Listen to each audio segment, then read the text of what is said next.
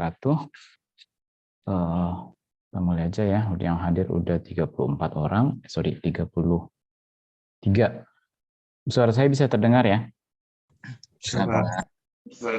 Oke. Baik.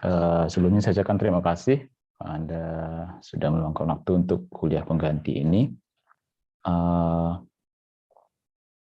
Untuk kuliah pengganti ini kita kan ketinggalan 2 pertemuan ya sebenarnya. Satu karena kemarin minggu kedua saya tidak bisa, ada keperluan. Minggu ketiga kebetulan kalendernya merah, jadi kita ganti satu sekarang hari Sabtu ini. Dan untuk yang satu lagi itu akan diganti nanti menjelang UTS. Jadi menjelang UTS.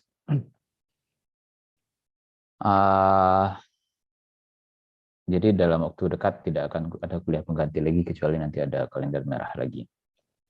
Oke.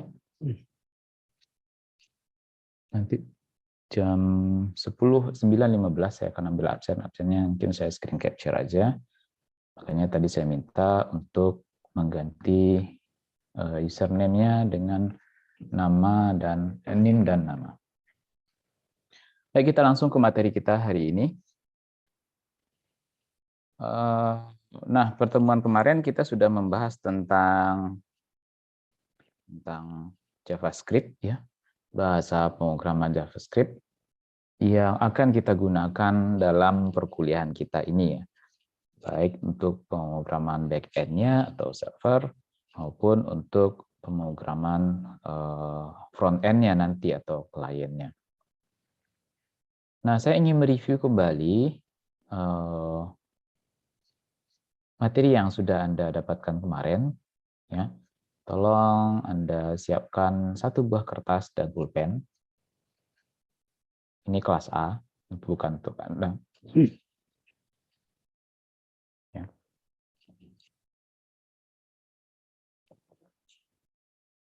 Tolong siapkan kertas dan pulpen. Kemudian juga siapkan HP dan WA-nya.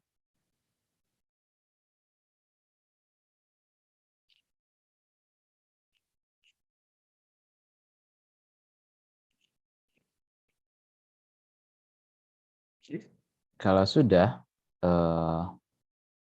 tolong dikerjakan ini, ya.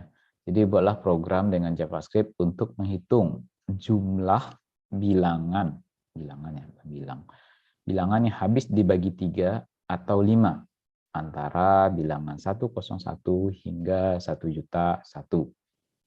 Yang ditampilkan hanya jumlah bilangannya saja, ya. Yang ditampilkan hanya jumlah bilangannya saja. Tulis di kertas nama, NIM, kemudian jawabannya, foto, kemudian kirim ke WA. Ya, foto, kirim ke WA. Jadi saya tidak pakai Google Form karena terlalu gampang untuk copy paste-nya. Ada usaha dikit lah. Silakan saya beri waktu 15 menit untuk mengerjakan ini. 10 menit.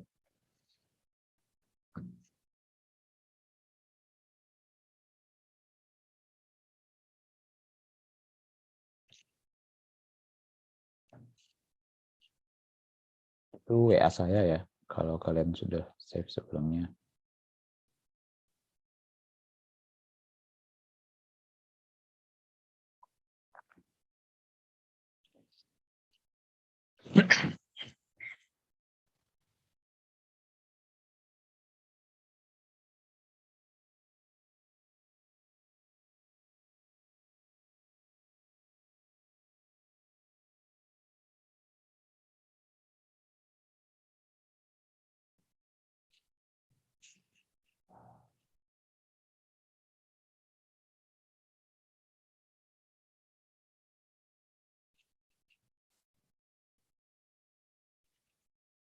Baik, sudah 9.25.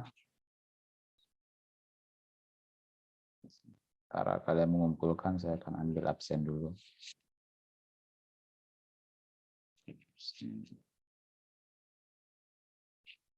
Stop share dulu. Yuk.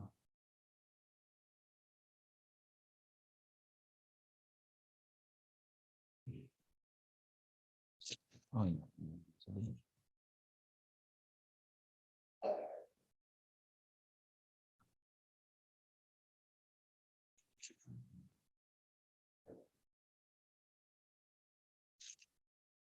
ini titiknya siapa nih?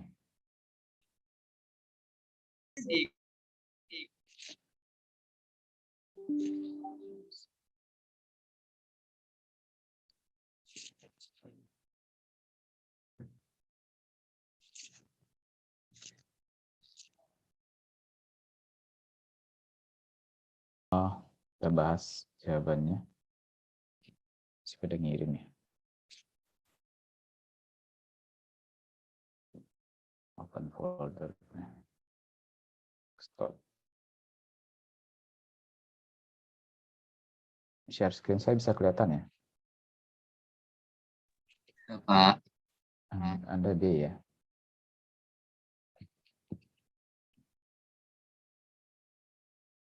Ini yang kemarin kita buat sekarang faktor 35 JS. Apa solusi dari pretest tadi?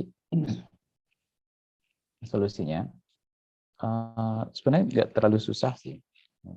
Anda hanya diminta untuk mencari bilangan yang habis dibagi 3 atau habis dibagi 5, kemudian dijumlahkan. Ya. Apa yang kita butuhkan pertama sekali? Nah, kita butuh sebuah variabel untuk menampung jumlahnya. Kita butuh variabel untuk menampung jumlahnya. Kemudian setelah itu, kita perlu secara berulang-ulang menentukan seluruh bilangan antara 1, 101 sampai 1.000.001 ya, secara berulang mulai dari 101, apakah bilangannya habis dibagi 3 atau habis dibagi 5. Nah, untuk perulangan ini Anda bisa pakai perulangan for, Anda bisa pakai perulangan while, atau perulangan yang mana yang Anda familiar. Saya akan pakai perulangan for ya, karena ini lebih cocok menurut saya, karena bilangannya sudah ditentukan ya dari 101 sampai 1.000.001. Kita mulai dari 101 ya. Kemudian nanti sampai 1.000.001. Karena 1.000.001 itu juga masuk, jadi ini kecil sama. I plus plus. Ya. Nah, ini ada perulangan untuk yang akan kita gunakan untuk mengecek bilangan mulai dari 101 hingga 1.001. Sorry, 1.000.001. Nah, bagaimana caranya kita ngecek bilangannya habis dibagi 3 atau bagi 5? Setiap orang punya stylenya masing-masing ya. Yang pertama kita cek dulu dengan bilangan apakah dia habis dibagi bilangan 3. Nah, untuk ngecek bilangan tersebut habis dibagi 3 atau 5, kita gunakan operator modulus. Modulus ini untuk ngecek sisa pembagiannya. Kalau habis dibagi 3, tentu sisa pembagian 3 adalah 0. Ini untuk ngecek apakah dia bilangan yang habis dibagi 3 atau habis dibagi 5.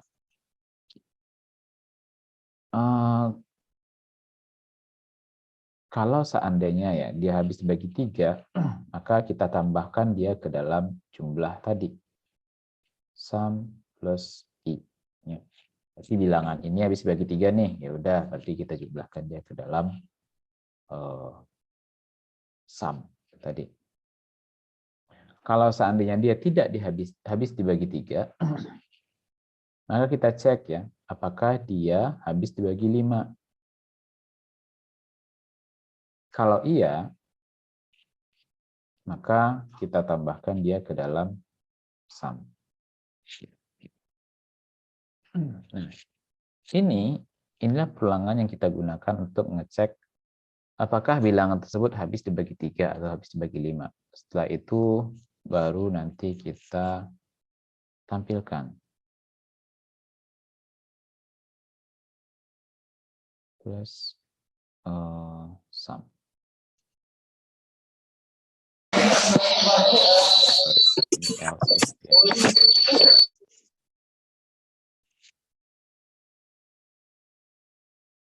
Kaget saya.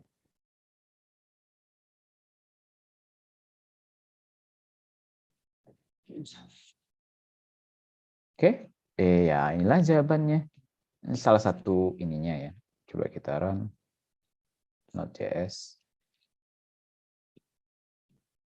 Jumlahnya segini.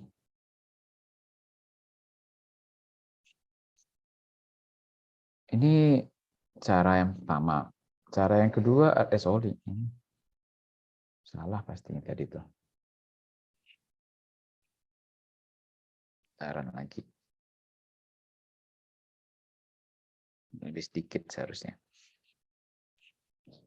Oke. Cara yang kedua, ya if-nya ini kita gabung aja di sini semuanya. Or, karena dia tadi atau ya. Or.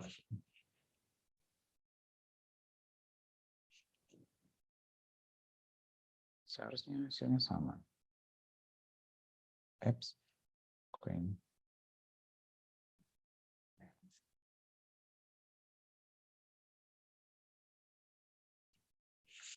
Ya, seharusnya hasilnya sama.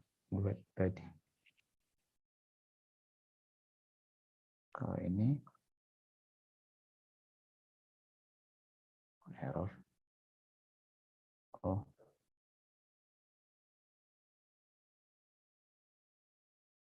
Ya, 2333 sekian. Ya, kira-kira itu jawabannya. Tergantung style coding Anda masing-masing. Bisa jadi Anda pakai cara yang pertama atau cara yang kedua. Cara yang pertama biasanya digunakan oleh orang yang berpikirnya itu step by step. Ya, codingan Anda itu menunjukkan kepribadian Anda ya, maksudnya karakteristik dari Anda. Ada yang suka udah dipikirin langsung aja semuanya blok itu selesai. Nah biasanya itu orang yang tipikal satu statement untuk semua. Kita kayak gini. Ada yang suka menyelesaikannya, dibagi masalah jadi bagian-bagian kecil, kemudian diselesaikan bermasalah berbagian kecil itu. Ada kelebihan dan keuntungannya untuk masing-masing itu, tapi itu kembali ke style masing-masing. Oke, sampai di sini ada yang mau ditanyakan? Kalau ada silahkan ya chat atau raise hand. Soalnya saya mematikan ininya. Mematikan fasilitas Anda meng-unmute. Kucing. Sorry ya, ini di rumah. Kucing saya sedang menggila. Oke, kalau tidak ada, kita lanjutkan untuk materi kita hari ini.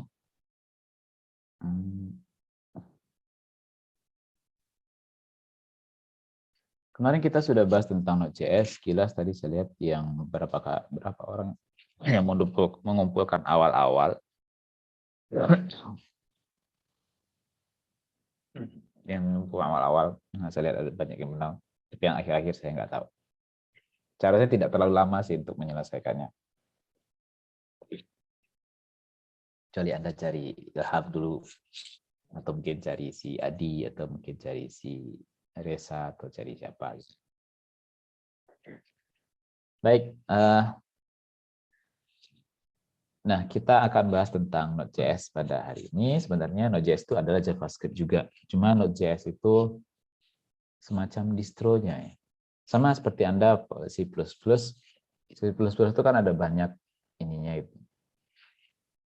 Ada Borland C++ yang Anda pakai, kemudian ada Turbo C++, kemudian ada yang GNU C++ atau GCC, banyak distronya. Cuma yang Anda pelajarikan di semester 1 dan semester 2 itu adalah Borland C++ yang Anda gunakan. Nah, dalam tutorial kita akan menggunakan Node.js ini.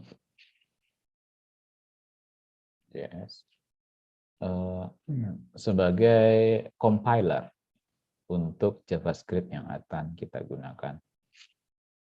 Nah, JavaScript sendiri itu merupakan bahasa pemrograman dari sisi klien awalnya.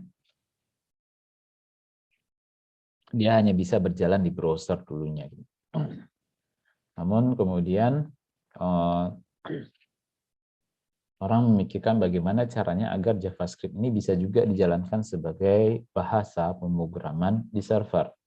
Ya, maka sehingga nanti kalau JavaScript itu bisa jalan sebagai bahasa pemrograman di server, maka komunikasi antara klien dan server itu bisa dilakukan dengan menggunakan satu bahasa yang sama, yaitu JavaScript. Plus nanti ditambah lagi data yang dikirimkan antara klien dan server itu menggunakan format JSON. JavaScript Object Notation. Ini JS-nya ini merupakan JavaScript. Jadi semuanya akan menggunakan JavaScript. Ya, JSON akan kita bahas di pertemuan ke-5. Maka karena ide itu muncul, maka dibuatlah Node.js ya, yang digunakan untuk menjalankan JavaScript di sisi server. Nah, muncullah JavaScript dan Node.js itu. Oleh karena terus Node.js muncul dan dia menggunakan konsep event based ya, berbeda dengan bahasa pemrograman lainnya atau server-server lainnya ya. Jadi pemrosesan yang dilakukan oleh Node.js di sisi server itu dilakukan dengan mekanisme yang namanya event based, event kejadian. Berdasarkan kejadian. Jadi kalau ada kejadian, dia akan proses. Kalau tidak ada kejadian, dia tidak akan proses. Nah, setiap request itu akan diproses melalui evented loop ya, perulangan yang memiliki event. Sehingga ini akan server yang menggunakan Node.js ini bisa menghandle simultaneous request ya.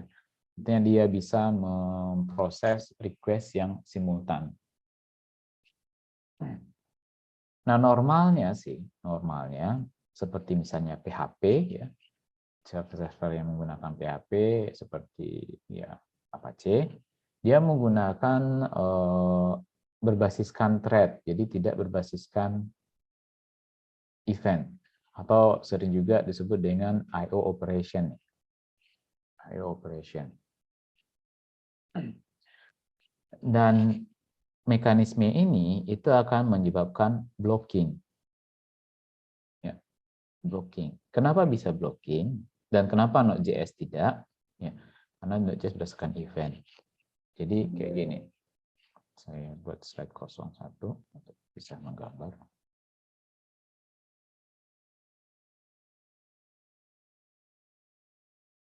Ini yang konvensional misalkan. Konvensional. Begitu ada request datang, ini request,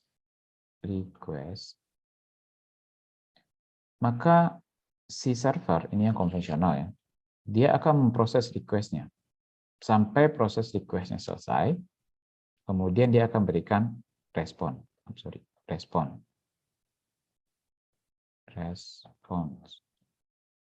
Ya.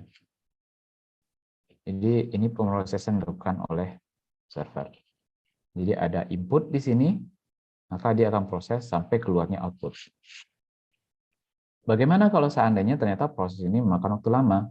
Ya, maka nanti si server akan membutuhkan waktu, misalkan ini selama proses di sini dia akan meminta data ke database sehingga memakan waktu mungkin 25 menit tuh. 25 detik. 25 detik untuk memproses di database-nya gitu. Maka si server ya, ini misalnya database nih. Dia minta ke database. Dia akan menunggu selama 25 detik itu sampai database nanti memberikan respon. Akan memberikan respon. Baru nanti dia berikan respon di sini. Nah, selama dia 25 detik dia memproses request yang ini, dia tidak bisa memproses dari user lain. Tidak bisa.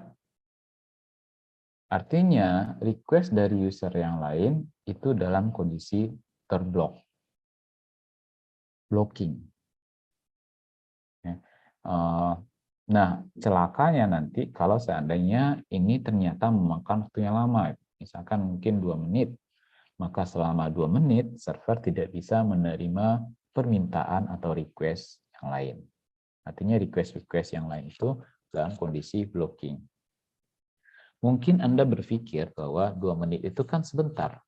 Apa masalahnya? Kalau untuk aplikasi sederhana seperti portal mungkin yang jarang diakses, ya diaksesnya cuma pada saat lihat nilai atau pada saat mengisi KRS, mungkin nggak masalah. Tapi, ya,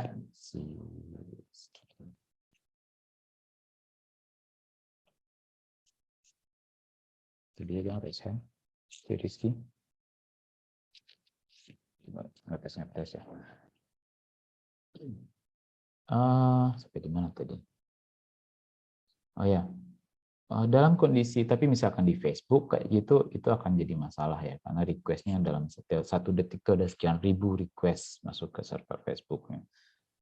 Atau nggak usah jauh-jauh ke portal lah ya, walaupun jarang diakses, cuma pada saat lagi sibuk-sibuknya, misalkan pada saat input nilai, di mana dosen menggunakan portal untuk menginputkan nilai, sementara si mahasiswa kepo pengen lihat nilai, tiap bentar dia cek ke portal, maka kondisinya biasanya request-nya tinggi. 2 menit itu merupakan waktu yang cukup lama untuk membuat Anda keblok. 1 user 2 menit. Kemudian pada saat 2 menit itu datang misalkan 5 user yang lain. Tentu dia akan menunggu 5 ini. Begitu yang 2 menit ini selesai, maka nanti ada 1 dari user ini bisa diproses. Artinya tinggal 4 yang dalam kondisi blocking. Cuma sementara proses yang 1 ini datang lagi mungkin 3 gitu. Akhirnya numpuk. Pada zamannya dahulu ya portal itu sering, saya nggak tahu apakah Anda masih mengalami atau tidak ya. Portal itu sering mengalami semacam hang gitu. Portalnya down, dia jalan sih, cuma lambat sekali prosesnya. Itu anak-anak 2018 atau mungkin 2017 itu pernah mengalami saat portal 2 itu belum dikembangkan. Semuanya di sana. Kalau sekarang kan untuk nilai ada di portal 2, untuk KRS di portal lama. Ini konvensional sistem blocking. Sementara kalau di Node.js, begitu ada request muncul, dia akan proses. Kemudian, misalkan dia butuh waktu lama nih, minta ke database. Dia akan serahkan tugasnya ke database. Selanjutnya, dia kan free nih, nggak ngapa-ngapain. Selanjutnya, dia akan memproses request lain kalau ada. Ada ya request lain. Lalu bagaimana dengan permintaan data tadi? Gitu. Nanti dia tinggal nunggu datanya dari nunggu konfirmasi lah, nunggu event. Nanti si database-nya akan ngasih tahu, nih data udah siap nih, silahkan diambil. Maka setelah itu, baru nanti dia akan proses lagi. Baru dia berikan respon. Nah, selama ini di sini, ini kan kosong nih, si server nggak ngapa-ngapain. Dia akan menerima request yang lain. Ya. Itu event.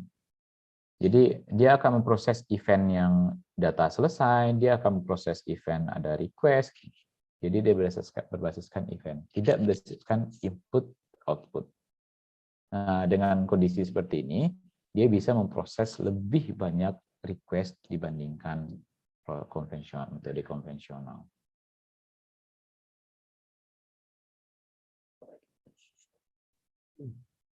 Nah, ini kelebihan kekurangannya. Ini contohnya ya PHP. PHP itu ya kayak gini. Gitu. Misal contoh kodenya ya.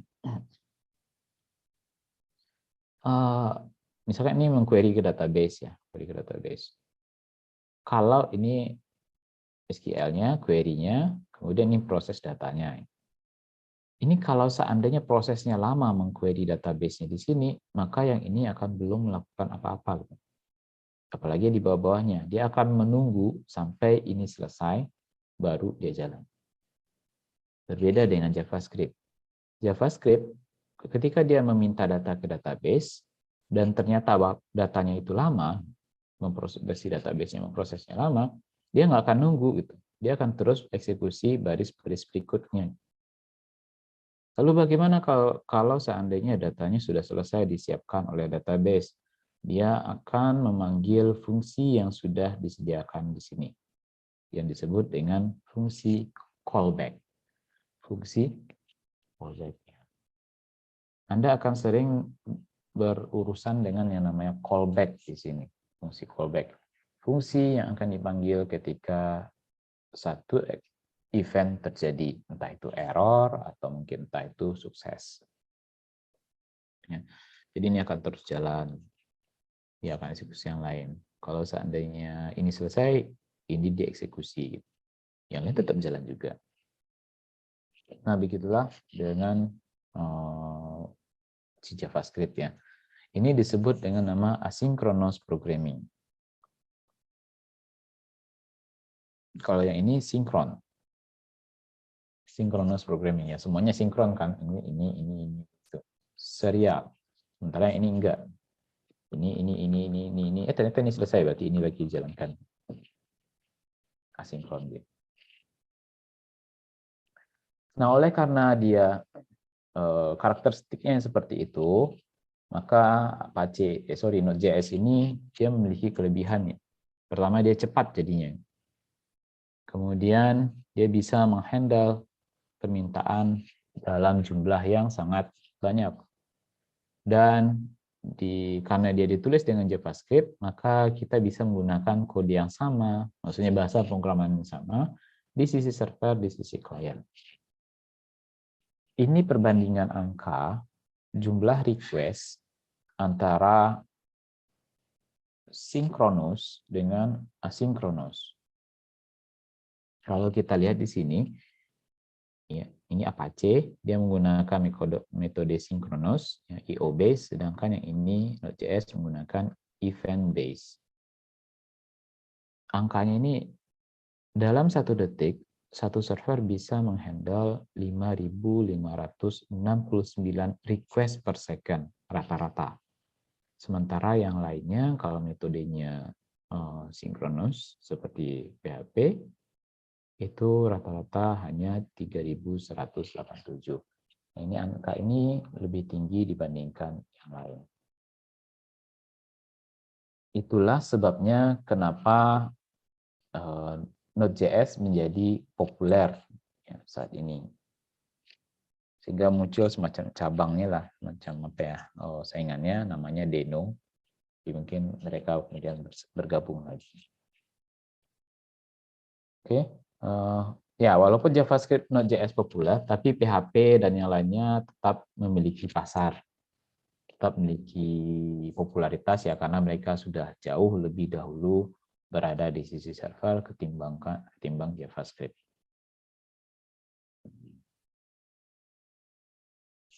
Oke. Lalu bagaimana kita menggunakan Node.js sebagai untuk membuat server bagi kita, untuk aplikasi kita. Nah, Node.js itu terdiri atas modul-modul yang bisa kita gunakan sesuai kebutuhan kita. Nah, kalau kita ingin membuat aplikasi web ya, yang melayani permintaan atau request web, kita butuh modul yang namanya HTTP. Mari langsung kita buat.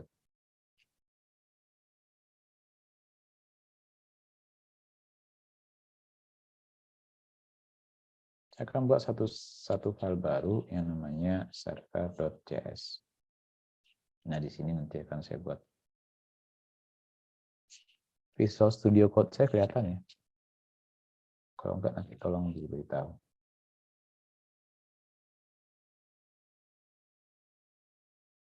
Pertama, untuk membuat sebuah web server dengan menggunakan Node.js, kita butuh modul HTTP.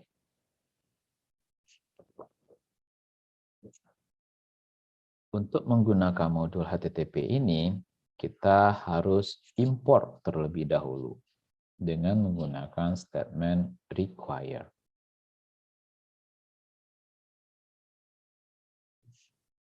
Ya, menulis dengan JavaScript boleh pakai titik koma, boleh tidak ya. Cuma saya udah kebiasaan pakai titik koma. Kemudian setelah itu, dari modul ini kita buat server. Create server. Ini dulu kita konfigurasi servernya. Kemudian kita minta servernya listen di port di 8000. Misalkan, terserah portnya berapa. Tapi web itu biasanya di 80 ya, atau 443 kalau dia pakai HTTPS. Tapi saya akan buat di 8000. Kenapa? Mungkin.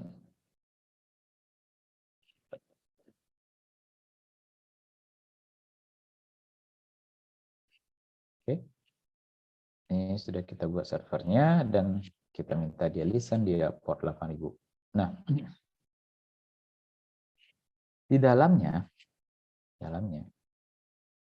kita sediakan fungsi callback. Di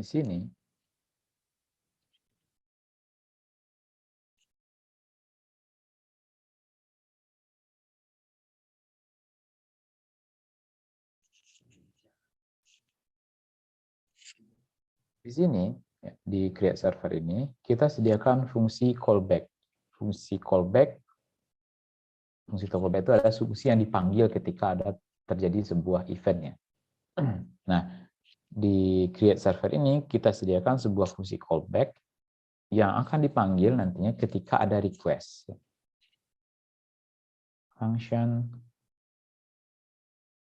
Fungsi callback-nya ini membutuhkan dua argumen, yaitu request dan respon.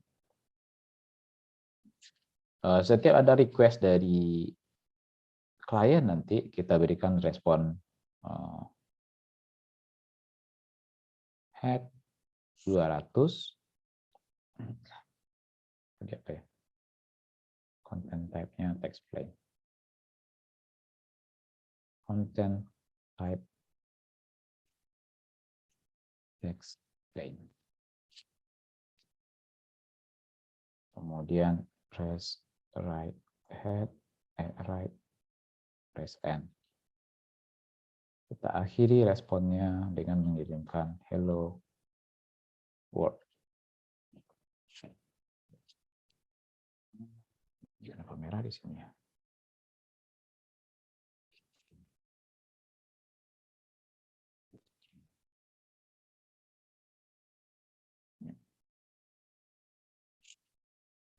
Oke. Nah, sampai di sini kita sudah membuat sebuah server. Server ini hanya sederhana ya. Setiap ada request, apapun requestnya, dia akan selalu merespon dengan memberikan hello world. Kita start debugging, jalankan, pilih map.js. Ini udah jalan.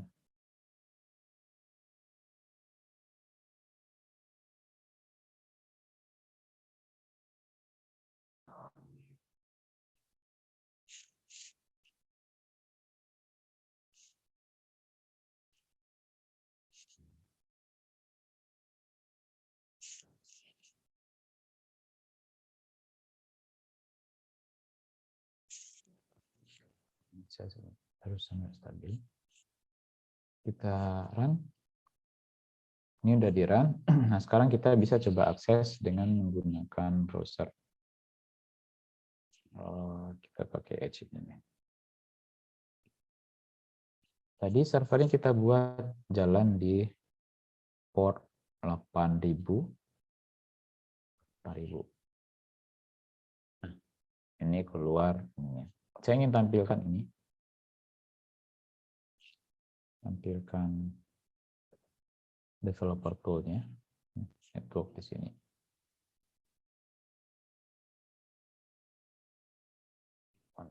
Refresh. Oke, ini respon dari server ya. Tadi kita berikan kode, setiap ada request dari server yang kita request nih, localhost, maka nanti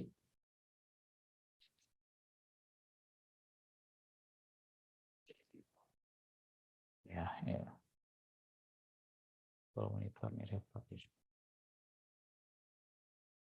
maka nanti dia akan merespon dengan memberikan header. Header dan responnya 200, kemudian content type-nya adalah text plain. Jadi dia beritahu ke browser bahwa responnya sukses, ya, 200, kemudian ini datanya ya, data yang diminta, yaitu tipe data yang saya berikan itu adalah text plain. Untuk di content type ini ada banyak jenis ya.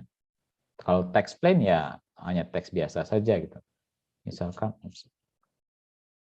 di sini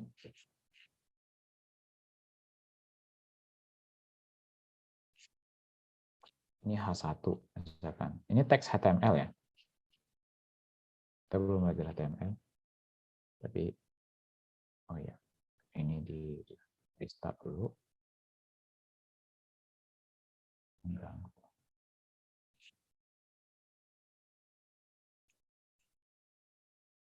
Dari start. Oke. Kita Nah, ini ditampilkan ya seperti apa teks yang kita kirim seperti itu ya, karena teks yang kita kirimkan itu kita bilang content type-nya adalah text plain. Akan berbeda kalau seandainya server beritahu bahwa ini kontennya HTML loh, maka browser akan memproses respon dari server sesuai konten yang diberikan. Sebentar, ini masih belum di restart. Oh, kelihatan.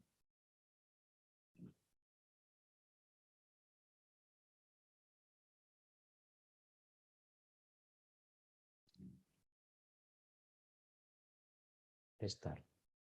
Nah, data yang diberikan sama sih. Tuh. Ya, kalau kita lihat source-nya kan sama. Source. Oh, ini. Source dari di sini. Tuh, sama sih sebenarnya. Cuma cara si browser ini memperlakukan konten kita itu berbeda. Dikarenakan sekarang kita memberitahu bahwa ini konten yang kita berikan sebenarnya HTML. Maka browser nanti akan memperlakukan dia sebagai file HTML. Kemudian kalau seandainya kita berikan dia plain konteks text plain, maka browser akan memperlakukan konten yang diberikan dari server sebagai teks biasa saja, walaupun isinya mungkin HTML. Jadi ini untuk memberitahu browser apa data yang kita kirimkan. Ini untuk memberitahu browser bagaimana prosesnya, apakah sukses atau tidak. Misalkan kita bisa saja berikan ini nih, 500 ya, internal server error misalkan. Atau 404 misalkan. Nah, ini merah. Kodenya 500 ya, 500 itu internal server error. Walaupun sebenarnya sukses sih gitu, cuma kita salah mengisi kode. Jadi ini header yang digunakan untuk memberitahu server bagaimana prosesnya dan apa jenis outputnya. Kemudian ini outputnya. Oke, kalau ada yang mau tanyakan silakan di chat aja ya, atau mungkin di raise hand.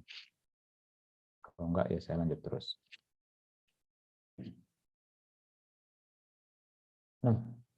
Next kita bahas tentang modul buatan sendiri ya. Ini adalah modul, HTTP ini adalah modul, dan Node.js punya banyak modul. Node.js itu punya, ada 3 jenis modul. Satu itu built-in. Built-in. Yang kedua itu adalah custom. Yang ketiga, ya.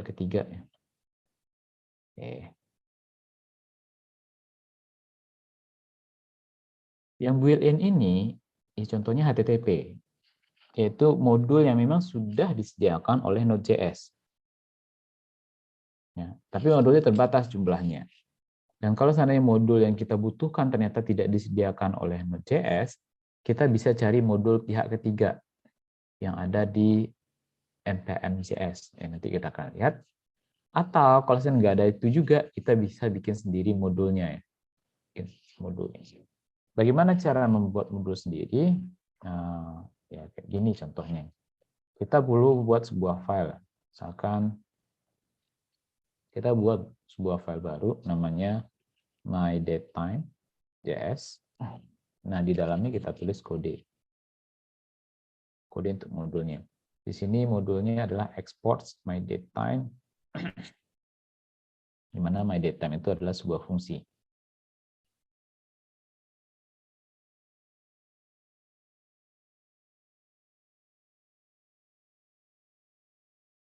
Sama dengan function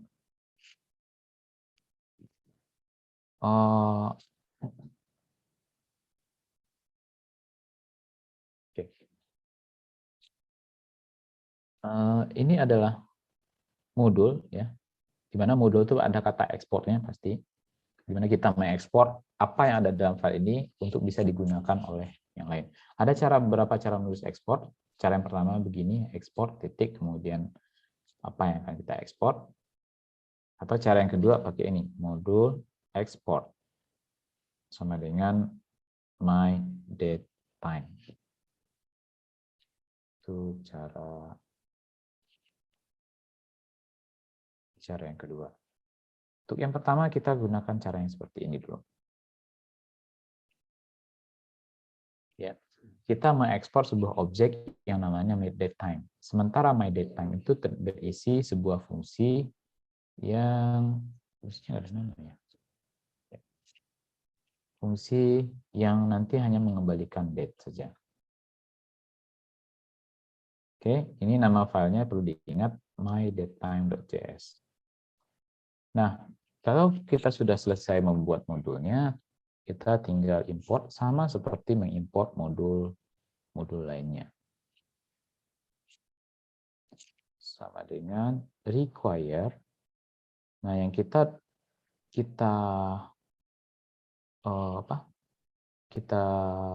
import adalah nama filenya. Nggak perlu pakai JS.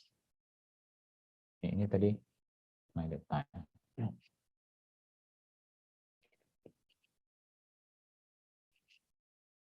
Oke, lalu bagaimana cara menggunakannya? Ya tergantung modulnya. Setiap modul beda-beda cara penggunaannya. Nah, kalau yang ini, response send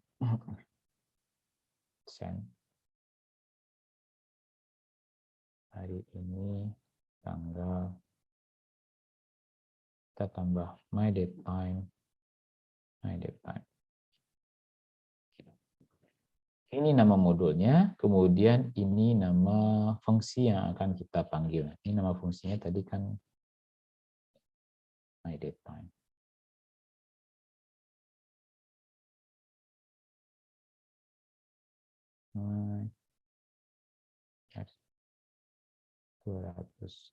Okay. Oh sorry, ini bukan send right.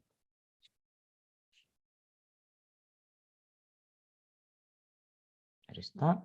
Sekarang kita coba jalankan lagi. Ya. Ini output dari fungsi yang tadi kita sudah buat.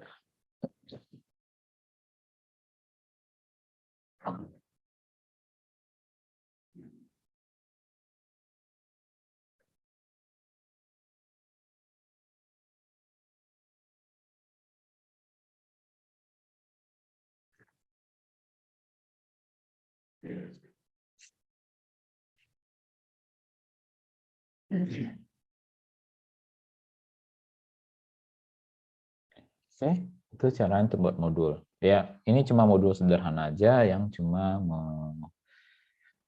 menampilkan tanggal sekarang. Nah, ini hanya untuk mendemokan cara membuat modul.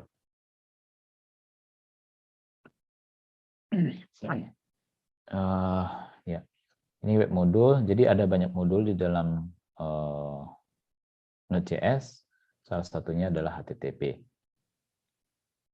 Kemudian dalam menggunakan modul HTTP, ketika kita mengakses resource yang ada di server, kita akan menggunakan URL ya, seperti misalkan unan ACID. Gitu. Nah, kita perlu cek, kita perlu menyamakan persepsi dulu terhadap URL ini. Saya yakin Anda sudah tahu dengan URL, tapi mungkin Anda belum tahu yang namanya bagian-bagian URL. Misalkan ketika kita mengakses unan ACID, ya. Nah, itu adalah URL yang kita gunakan untuk meminta resource ke server. Sama misalkan ini, kita klik ini. Nah, ini adalah URL ya. URL. Nah, Anda perlu tahu bagian-bagian dari URL ini. Ya, misalkan gini, ketika Anda mengetikkan URL ini, http www.abc.com dir index.html, maka yang terjadi sebenarnya adalah browser meminta data ini. Data yang diminta adalah ini, protokolnya adalah HTTP1, kemudian hostnya adalah ini. Nah, Anda perlu tahu bagian-bagian dari sebuah URL. Coba perhatikan URL berikut. Ini adalah URL dari sebuah URL ya, entah dari mana lah. Nah, kira-kira sih URL bentuknya seperti ini. Seperti ini. Di bagian depan sekali, itu ada HTTP atau HTTPS. Kalau nggak HTTP, kalau nggak HTTPS. Misalkan di sini nih unan HTTPS. Nah, ini adalah protokol. Oh ya, kalau Anda mungkin pakai browser lain seperti misalkan Brave, ya, biasanya nggak kelihatan protokolnya. Kayak ini. Tapi kalau seandainya Anda, ada sih tapi disembunyikan ya. Disembunyikan. Di beberapa browser tertentu disembunyikannya. Tapi sebenarnya ada. Kalau di sini enggak. Ini sebenarnya juga si HTTP, cuma disembunyikan. Nah, itu ada protokol yang digunakan. Bisa HTTP, bisa HTTPS. Kemudian *2//. Nah, bagian yang ini itu adalah host. Ini host ya. Di mana host ini terdiri atas beberapa bagian. Yang pertama merah ini, yang merah. Ini adalah domainnya. Domain name. Di mana domain name ini terdiri lagi atas dua bagian. Yang pertama adalah co.uk, kemudian berikutnya adalah Google. Co.uk ini itu disebut dengan top level domain. Sementara Google itu adalah second level domain. Dan yang di belakang-belakangnya, titik-titik yang di belakangnya itu adalah subdomain. Ya. Jadi ini ada dua bagian, top level domain. Top level domain itu kadang-kadang terdiri atas dua co.uk atau kayak di unan ac.id, ada titiknya. Ya. Atau mungkin satu aja, misalkan com, org, atau web ya. Kalau terdiri atas dua bagian kayak gini, kayak co.uk, berarti ini menunjukkan negara. UK artinya United Kingdom, ID artinya Indonesia, IN artinya India, ya. SG artinya Singapura. Jadi ac.sg berarti akademik Singapura. Berarti ini adalah domain sekolah atau perguruan tinggi yang ada di Singapura. Oke. Tapi biasanya sih orang menyebutnya ini domainnya ini gitu. Domainnya. Domainnya apa ya? Unan ACID. Dan ini adalah subdomainnya. Oke. Dan subdomain ini bisa panjang ke belakangnya. Contohnya di unan itu SI lah, si.fti.unan .ac.id.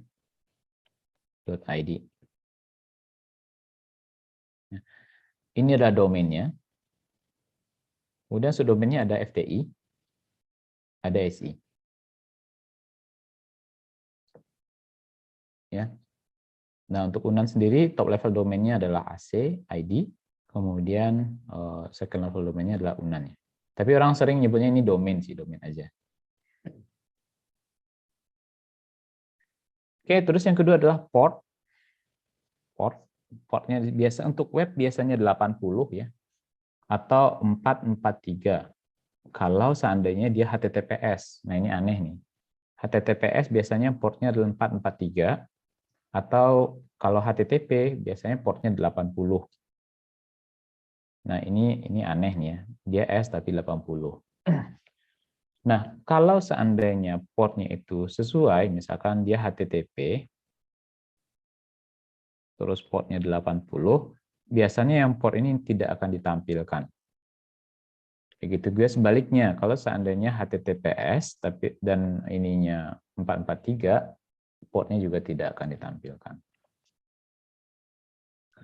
Oke. Kemudian setelah itu slash, dan berikutnya adalah ini. Yang abu-abu itu adalah video, path-nya. Jadi yang ada path kayak gini, itu ada slash kayak gitu, itu adalah path. Mari kita lihat yang UNAN ini. Ini ada, mudah-mudahan kelihatan ya. Kalau enggak Anda buka aja, ini ada ID. Nah, saya copy paste deh biar kelihatan.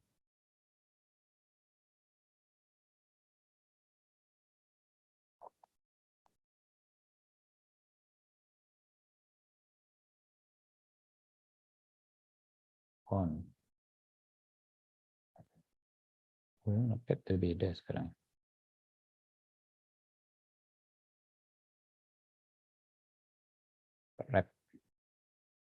Oke, berarti yang ini itu adalah path-nya. Yang ada slash-nya semuanya. Sampai sini. Ya, ini path semua. Karena ada slash-nya. Oke, kalau YouTube misalkan kita buka satu dah.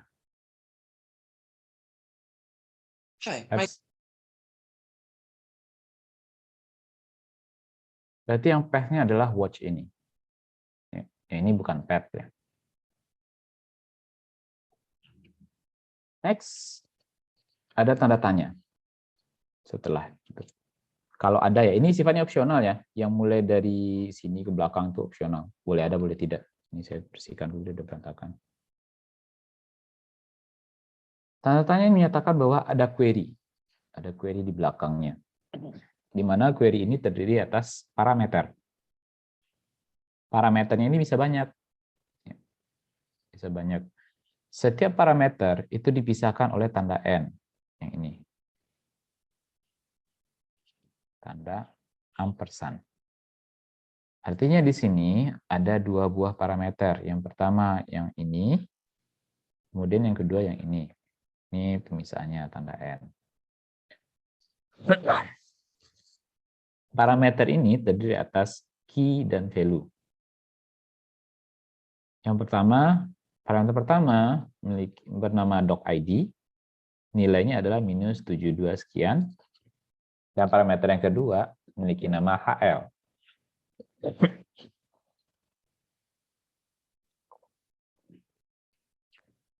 HL yang memiliki nilai N. Ya. Jadi parameter itu dia punya format nama sama dengan nilainya. Sama di sini juga di YouTube misalkan.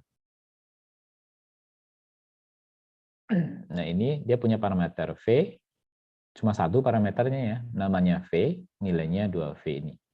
Berarti ini video ID-nya. Ya. Apa nama parameternya itu tergantung si YouTube-nya atau tergantung si programmernya. Dan terakhir, bagian terakhir itu adalah fragment yang ini. Ini menunjukkan bagian yang ada di dalam sebuah dokumen. Biasanya ini kalau Anda coba cek di Wikipedia itu sering.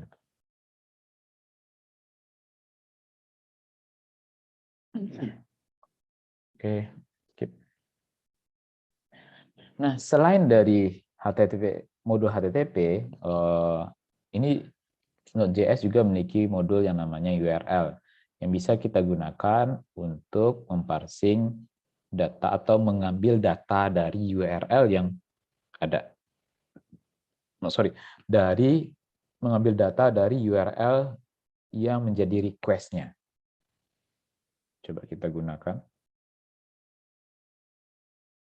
Ini kita nggak perlu ini lagi. Const URL sama dengan require. Dan ini merupakan built-in modul ya.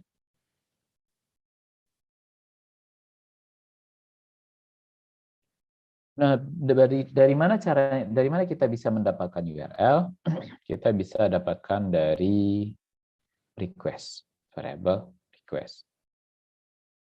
Kita ambil dulu let key sama dengan URL parse ya. Parse. Kita ambil dari request URL. Kalau di sini, kalau di sini yang diambil bagian query-nya ya. Bagian query-nya aja.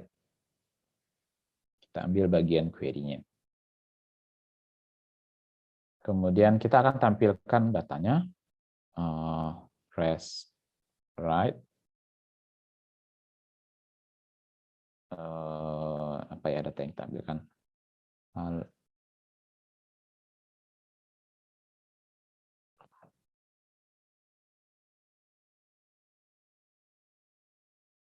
Key sama. Oke. Tadi kita ambil bagian query saja, kita simpan di key, kemudian kita ambil dari key itu query yang bernama nama. Oke, kita restart.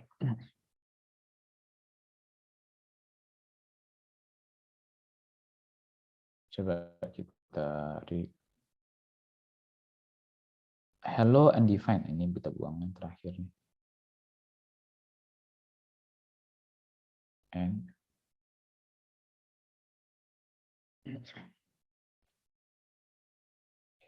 kita repot nih bolak-balik.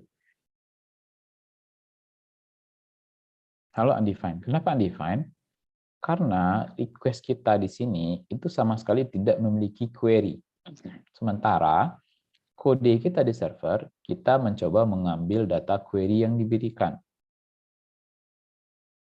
Dan query kita ini mengharapkan ada query yang namanya nama. Oke, kalau seperti itu, ya sudah kita sediakan query-nya. Bagaimana cara menyediakan query di URL? Ya, kembali ke sini. Query itu ditandai dengan tanda tanya.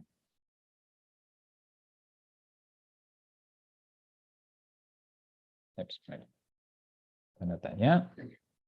Kemudian dia butuh key, nama, key dan value ya. Key-nya tadi kita gunakan nama. Oke, ya formatnya tadi key value ya. Key value. Nah, kalau kita ambil yang punyanya YouTube ini misalkan.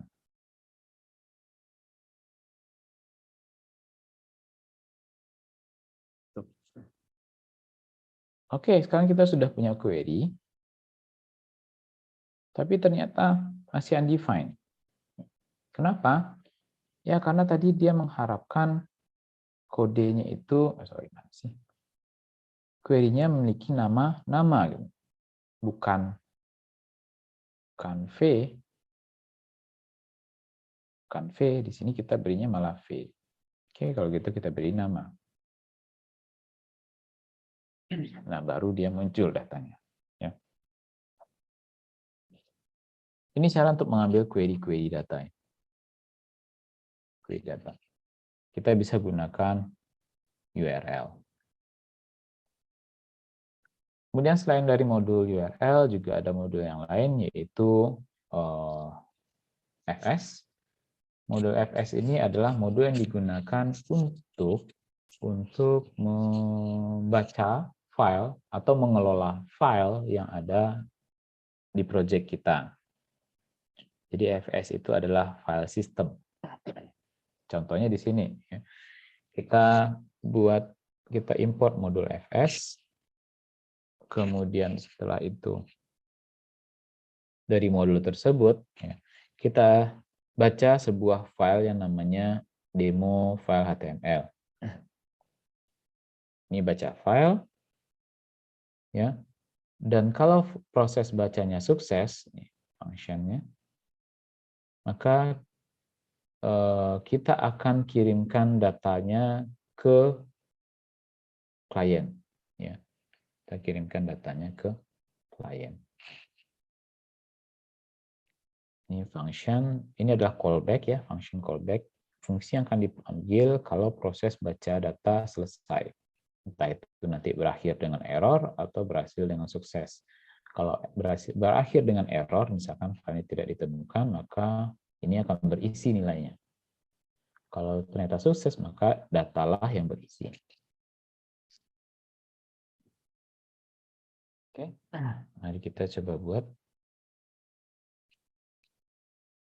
FS. Modulnya FS.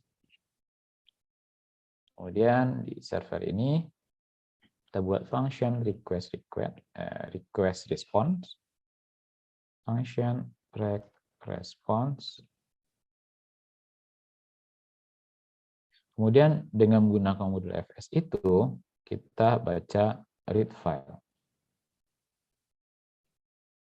Read file, nama file yang akan kita baca mungkin index.html. Dan proses baca ini karena dilakukan secara asinkron, maka kita perlu sediakan function callback. Fungsi yang akan dipanggil ketika proses baca selesai dilakukan. Di function callback itu memiliki dua argumen, yaitu error dan data. Kalau proses bacanya berakhir dengan error, maka ini akan ada nilainya. Kalau sukses, berarti data yang akan ada nilainya. Oke.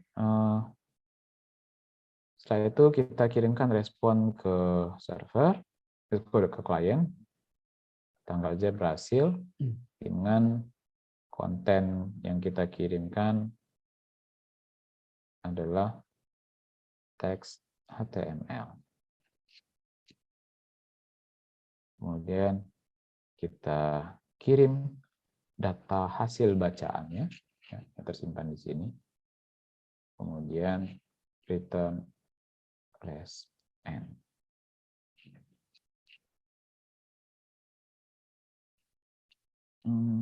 Sekarang kita belum punya filenya.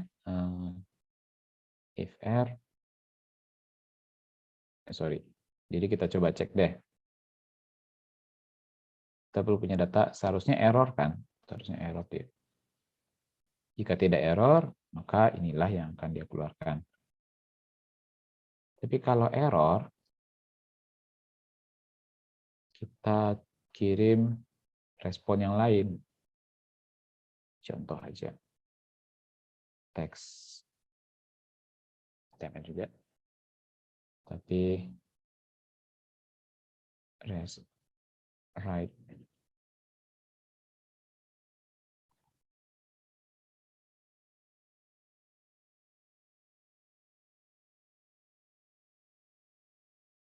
return resend. Oke, coba deh. Saya belum pernah coba error nih sebelumnya. Nah, ini file index.html belum ada. Jadi seharusnya ketika dia baca ini, filenya nggak ketemu, kan error. Nggak perlu lagi. Ya, error ya, filenya nggak ketemu. Sekarang kita coba buatkan file index.html. Sini. Filenya kosong. Tapi filenya ada, itu cuma kosong aja. Nah, sekarang nggak error lagi. Nih ya, filenya ada. Cuma masih kosong aja. Kalau mau diisi, ya silahkan. HTML. Ini ada template.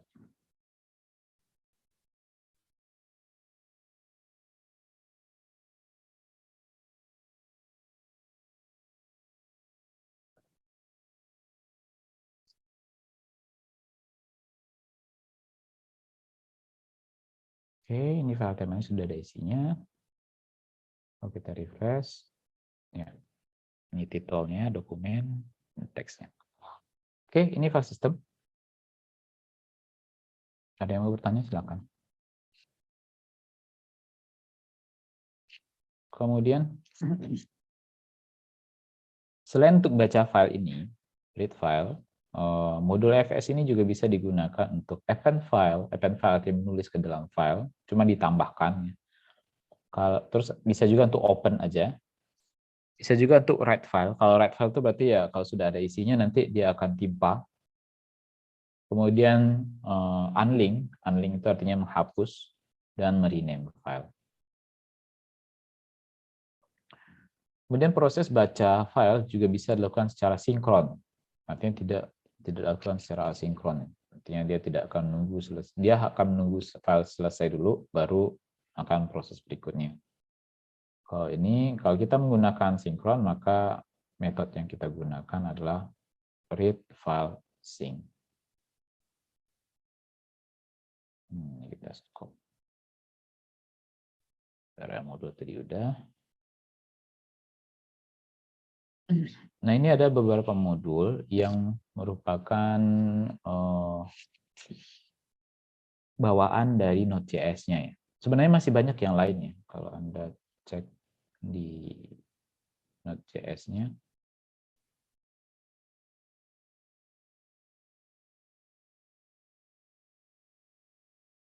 Docs.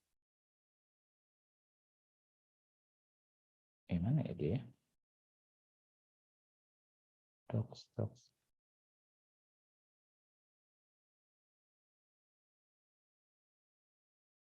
Nah, ini ada banyak modul ya. Ada modul HTTP, ada modul cluster, kemudian ada modul file system, dan lain sebagainya.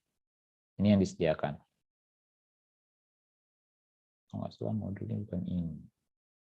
Whatever. Tapi kita nggak akan pakai yang ini sekarang.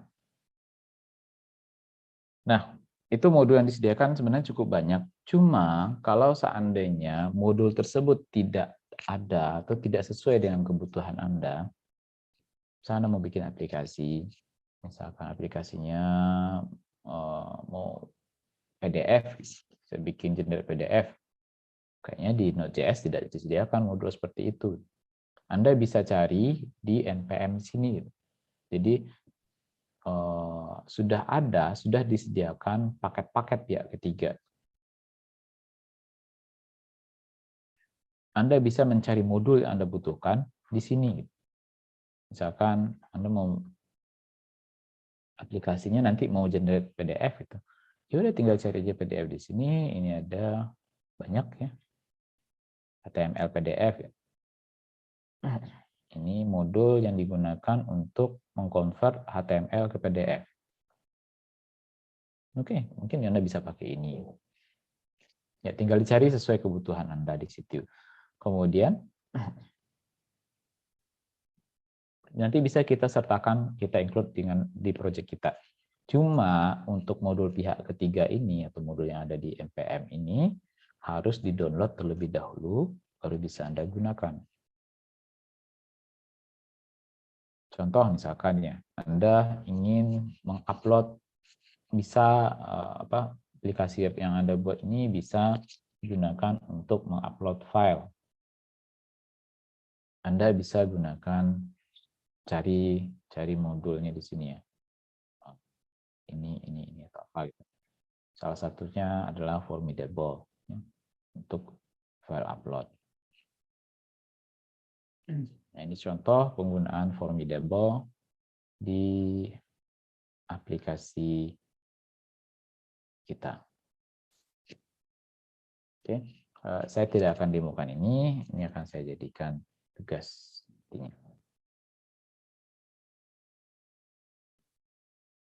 Nah, bagaimana cara kita menggunakan modul tersebut? Yang pertama, kita cari dulu, pertama kita,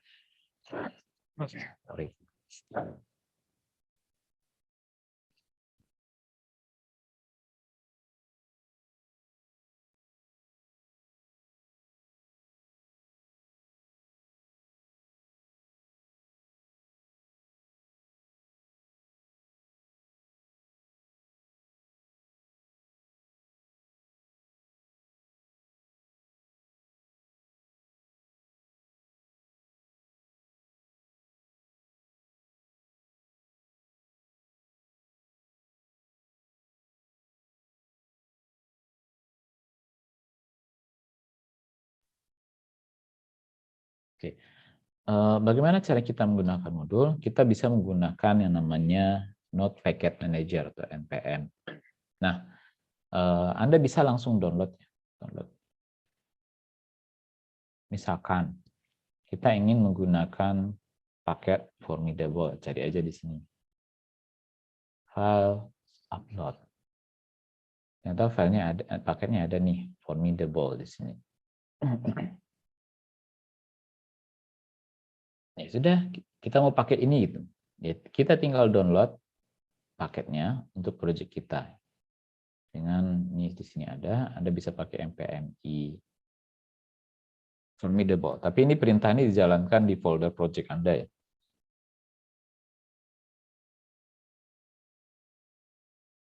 Saya akan pakai terminal kali ini. Biar sedikit lebih kelihatan. Oh ya, tadi projectnya ada di desktop ya.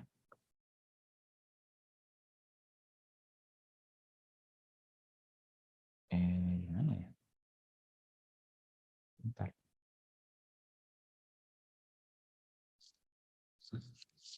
Desktop. Jadi ini ada pwd Anda ya.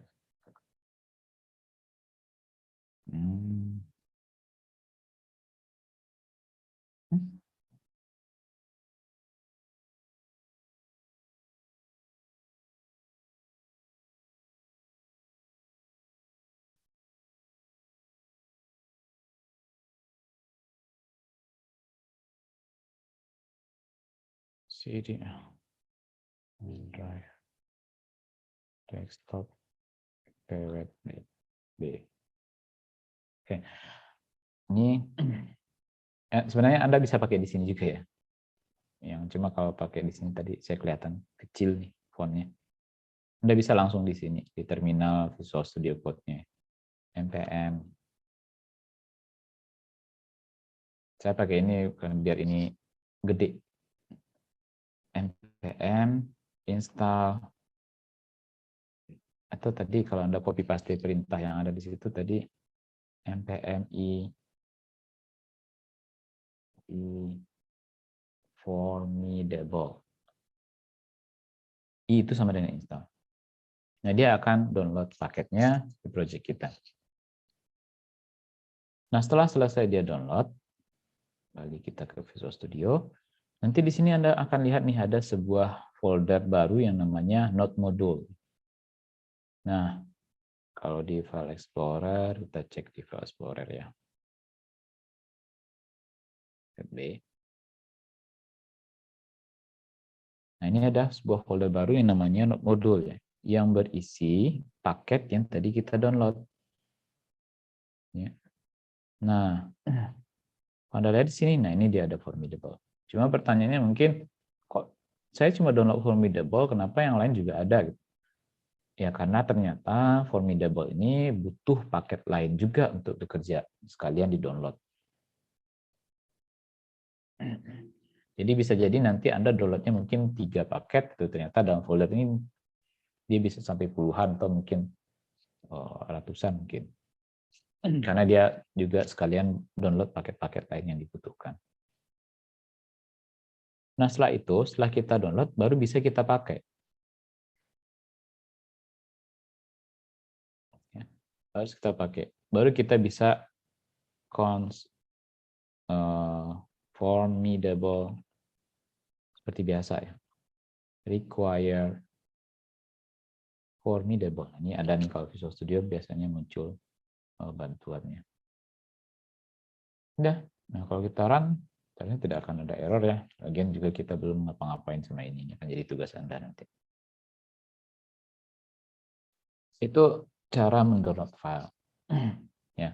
Cuma ada step tambahan yang mungkin ya sebaiknya Anda lakukan, yaitu membuat file paket JSON. Memangnya ada masalah dengan yang sekarang ini? Enggak sih, enggak ada masalah. Cuma nanti Anda kan akan bekerja dalam tim. Ya. apalagi Anda juga nanti akan bikin project ya. Kalau ini di-upload keseluruhan, ini file ini cukup besar. Biasanya yang disimpan itu hanyalah file ini, dan ini. Ya, ini yang kita kerjakan kan tadi, yang kita coding. Ini hasil downloadan. Nanti teman Anda ketika dia dapat kode ini dan menjalankan aplikasinya nggak akan jalan. Kenapa? Karena modul yang dia butuhkan ini belum ada, belum dia download. Lalu dari mana dia tahu modulnya akan dia butuhkan? Ya, mungkin dia bisa baca nih kodenya. Oh, ternyata butuh modul HTTP, modul FS, modul formidable. Ya, tapi itu kan repot ya. Itu kan repot. Maka sebaiknya Anda membuat seluruh modul yang dibutuhkan itu dalam sebuah paket yang namanya paket JSON. Paket JSON. Untuk membuat file tersebut, kita bisa gunakan perintah npm init y atau npm init saja. Init npm init yes. Nanti akan dibuatkan file paket JSON. Kembali ke Visual Studio. Nah, ini ya file yang dibuatkan. Anda bisa ganti ini nama projectnya apa, versi berapa, deskripsi apa, kemudian file utamanya apa. Kemudian, nah perhatikan sini di bagian dependensi dan dev dependensi. Di sini ada formidable. Ya, formidable. Ini adalah paket yang tadi kita download. Atau ini adalah paket yang dibutuhkan oleh project kita. Nah, file paket JSON ini sederhananya adalah berisi informasi tentang project kita ya. Nama paketnya, versinya berapa, deskripsinya. Ini project yang sangat rahasia sekali. Kemudian dependensinya apa, file indexnya apa, kemudian juga ada ini. Ini script yang bisa kita jalankan nanti untuk mungkin kita bahas nanti ulang script yang bisa kita jalankan ya. Nah, inilah nanti yang kita berikan ke teman-teman kita. Ini nggak perlu nih, nggak perlu. Jadi misalkan kayak gini kita ngirimnya ke teman kita, yang kita kirim cuma file JS-nya aja, file yang kita coding aja gitu, Node.js, Node module itu nggak perlu. Misalkan nih teman Anda terima file ini, file sekarang. Kalau dia jalankan sekarang tentu Node server.js pasti akan error ya, karena modul yang ini nggak ada. Bagaimana cara dia menginstal modul yang dibutuhkan? Karena dia sudah punya paket JSON, file paket JSON di sini ya, file paket JSON, maka untuk menginstalnya tinggal jalankan perintah npm i saja. Secara otomatis nanti dia akan mendownload seluruh paket yang dibutuhkan yang ada di dalam paket JSON ini. Oh, nggak ada dia. Nah, ini. Jadi, kalau misalkan ada 100 paket di situ, maka dia akan downloadkan seluruhnya. Jadi kita nggak perlu lagi download satu persatu. Nah, itu keuntungan penggunaan paket JSON ini. Dia sudah summarize atau menyimpan kebutuhan paket untuk aplikasi kita. Oke? Itu mungkin untuk hari ini modulnya. Bahasan kita adalah tentang Node.js, yang mana ini nanti akan menjadi basic untuk project Anda. Ya, mungkin perlu Anda ketahui juga bahwa dalam bikin project nanti kita tidak akan menggunakan ini ya, tidak akan menggunakan modul HTTP. Karena nanti akan sulit.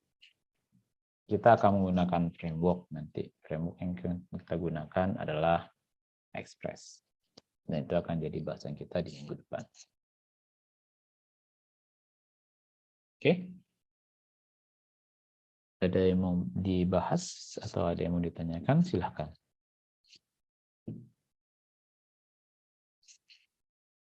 Silakan di chat atau acungkan tangan.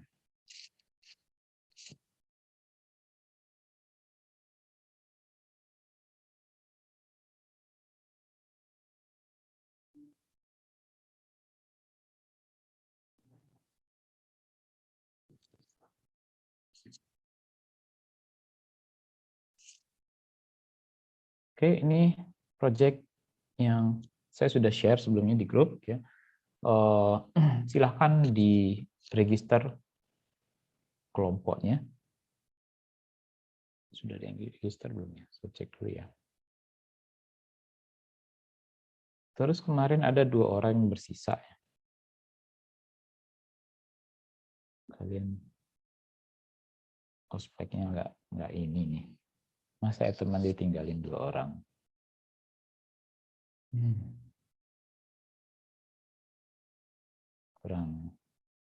Kurang berkesan ospeknya. Buat yang 2 orang, saya serahkan pada Anda semuanya. Apakah Anda mau join dengan kelompok di kelas B? Ya, di kelas B itu ada 3 kelompok yang 4 orang ya. Atau mau bikin kelompok sendiri yang tadi atas 2 orang. Kalau Anda, ini bertiga orang, berarti yang 3 kelompok yang register di sini. Siapa kemarin ini yang belum dapat? Yang belum dapat siapa? Aku ya?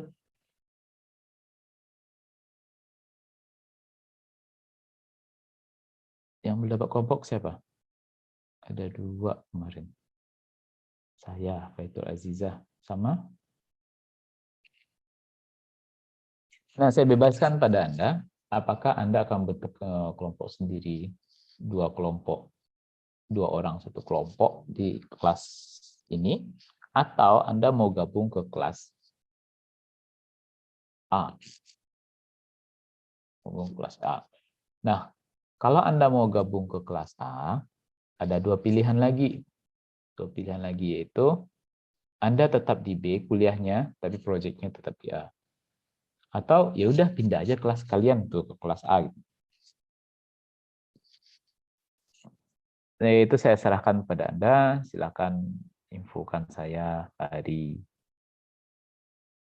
seharusnya sekarang hari Senin itu sudah ada deadline.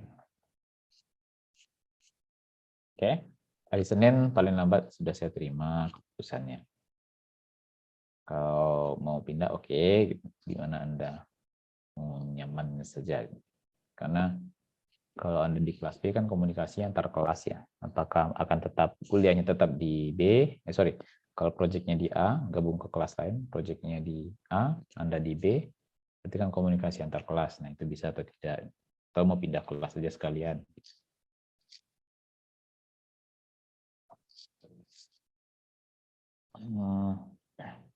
Oke. Nah, ini saya akan bahas tentang proyek Anda. Ya, proyek ini 5 kelompok. 5 orang per kelompok. Kemudian setiap anggota itu harus punya akun GitHub. Dan silakan atur sendiri kelompoknya. Dan jangan lupa untuk meregistrasikan kelompoknya di form yang sudah disediakan. Lama pengerjaan waktu adalah 1 semester. 1 semester itu maksudnya ya sampai akhir semester gitu. Enggak 1 semester 16 minggu ya. Dan proyek harus dikerjakan menurut timeline project.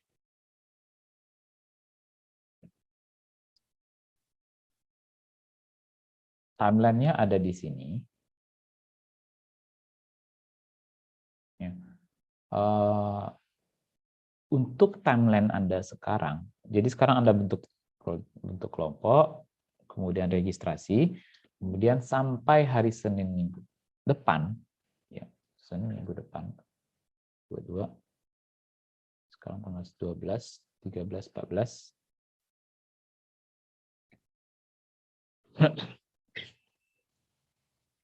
target untuk Anda adalah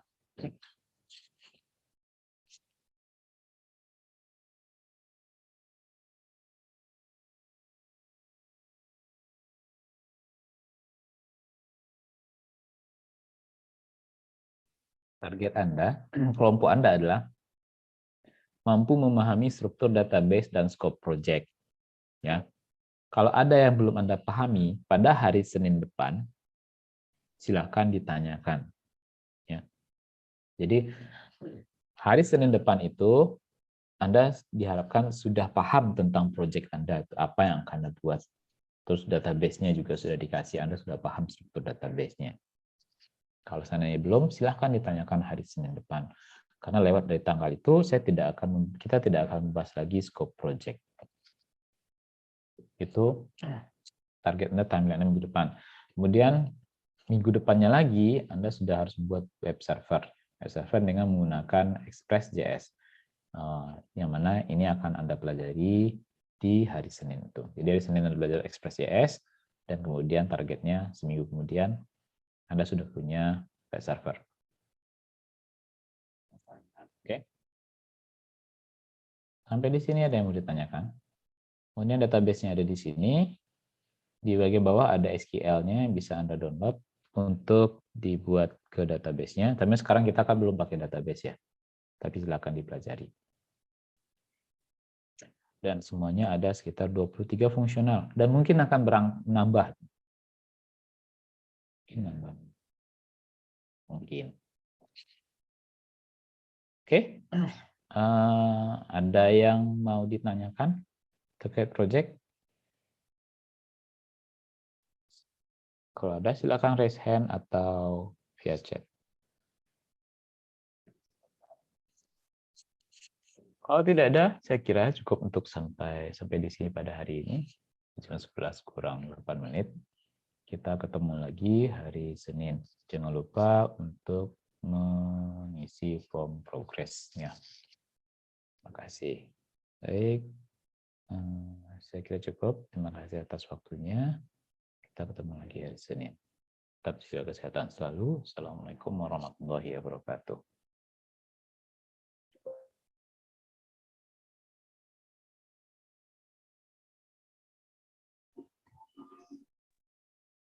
Ini saya DB-nya juga ya. Baik, Pak. saya close semuanya. Iya, ya, saya end all seluruhnya ya. Terima kasih, Pak.